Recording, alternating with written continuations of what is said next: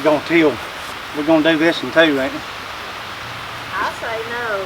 She said it's no. Because it's so shady, and then it's Well, what could we plant there more that work for us. what could we plant there that would grow? Or maybe we could just do beans and do nothing else. Grow up that and just don't plant nothing else there. But we have to till or hoe under the rows. You'd still have to till it, wouldn't you? I would till it, yeah. And that, I like grass. If you don't till it up and try to do till it, it'll just grow right back up. Yeah. Well, I just hate for you to have to do more. And then that's more to weed and more to take care of. Granny can't get out here.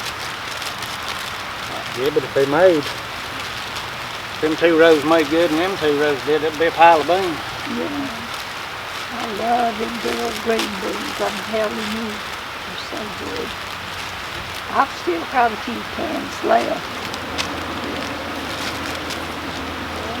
Is she gonna come down? No, she's going up in the house. Well, we'll do your cornfield beans look kind of puny, reckon they're all They right. do, but maybe they'll come up. I got the rows made. Huh? I got the rows made. And then what about the onions? She said all she'd be happy with is beans, onions, cucumbers, and tomatoes. We can't plant the tomatoes, babe. We could save this part down here to do tomatoes. I think that'd be better ground than what we had. We could do onions right there. We'll do up, so up to the onions. The only thing is we'll have to figure out how we're gonna hold them up and tomatoes up. But we can, we will. You got enough of them little things that'll hold them up? That's 3. Yeah.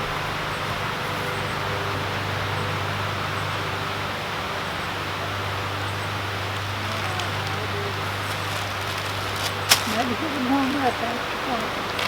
It's already warmer right now than it was.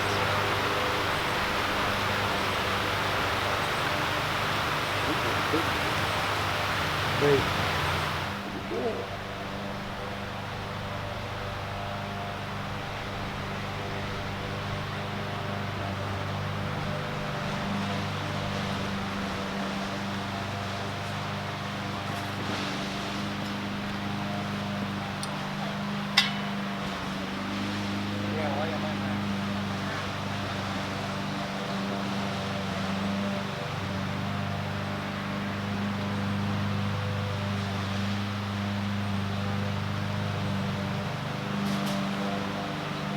I'll take some pieces back and put them on the tray someday.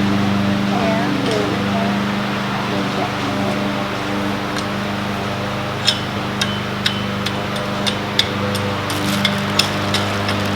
Are you not cold?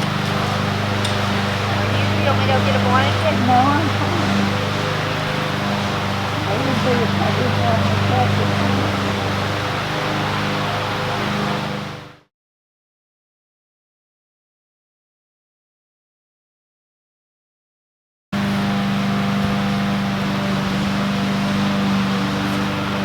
So they like them onions and some lettuce chilled with some good grease. That's about my favorite. Especially side meat grease or something like that. That's good. I grew up with a mountain mama, and I called her mama when I was growing up. I confuse some of you sometimes because I call her granny now. When I say granny, I'm really talking about my mama. We called my brothers and I, we called her mama when we were growing up, and we called our daddy, our father, daddy. Those are the monikers that we used, mama and daddy. As the first grandkids began coming along, and we started, then they become, instead of mama and daddy, granny and pap, and somehow we all just started calling them granny and pap and did away with mama and daddy. Of course, I would still call them that sometimes, but overall, we just got in the habit of calling them Granny and Pap, just like the grandkids did. It just made it less confusing, I guess. Anyway, over the years, it is interesting to think about. People use different monikers for their parents. So, like I said, ours was just the common Mama and Daddy. I love it. I hear a lot of older people, sometimes they say mommy, they still say mommy. That was just an old way of saying it, and there was nothing wrong with it, but today we think of that as sounding unique or childish or something like that. But I love it when I hear an older person say mommy, because that's what they call them. My father, Pap, he called his mother, he just called her mother. I always thought that was so sweet. His siblings and him, they used that just mother when they would talk about her mother, where I would say mama or granny now. Anyway, it's interesting to think about those things. When Katie was, I don't know, maybe she was 11 or 12 years old, she asked me if she could start calling me Ma, and I said, sure, you can start calling me Ma. So she called me Ma for a while, but mostly they would call us the same as the same ones I used, Mama and Daddy for Matt. I was blessed with really good parents. I'm so thankful for them. Granny and Pap were just the best parents you could ever have, and I really appreciated my mother, Granny, Mama, that I would call her.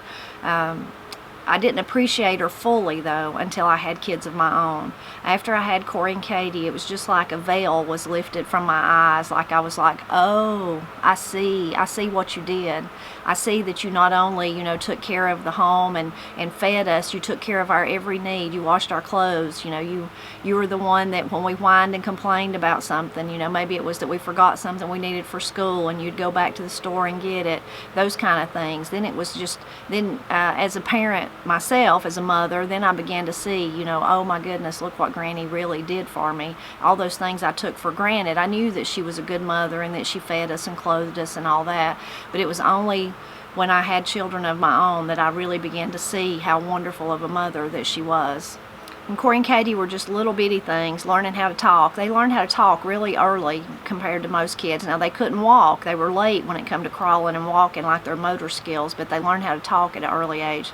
But at some point, you could ask them, what's your name? And instead of saying their name, they would say Mama. Both of them would say Mama. Now, I have no clue how they got that, but it's just funny to think about and remember, because I remember Pap said, Tipper, how in the world did you confuse them to the point where they think their name's Mama? Of course, he was just teasing me, and that didn't last long, but that's just a funny thing that I remember about the word Mama.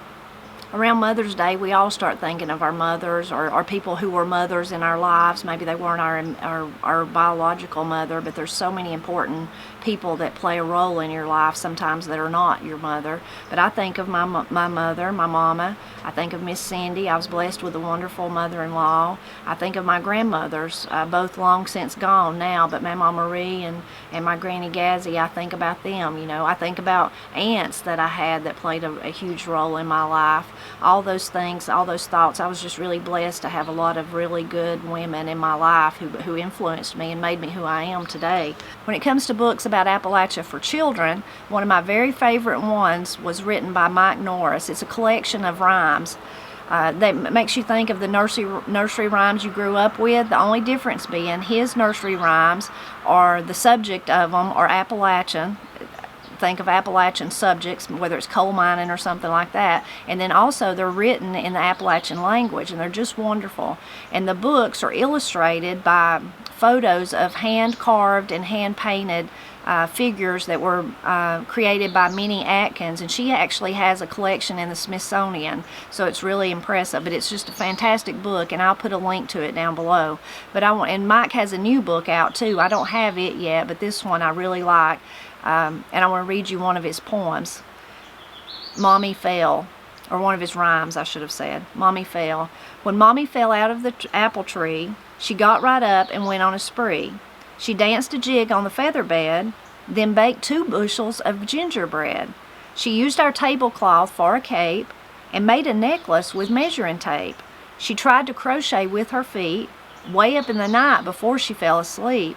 She stomped in the kitchen next morning and said, "Who tracked mud all over my bed? Why, look at the floor covered with crumbs. And where did all this gingerbread come from? I don't know who I have to thank for being so pert as to pull such a prank. But I'll find out before the day's through, and they'll be in big trouble when I do." I really like that rhyme. It makes me smile. And then I like the nugget of truth in there, how Mama a lot of times mamas can do anything, it seems like that. But when I first read it, I called Granny or took the book to her, I can't remember, and I read it to her because I knew it'd make her smile.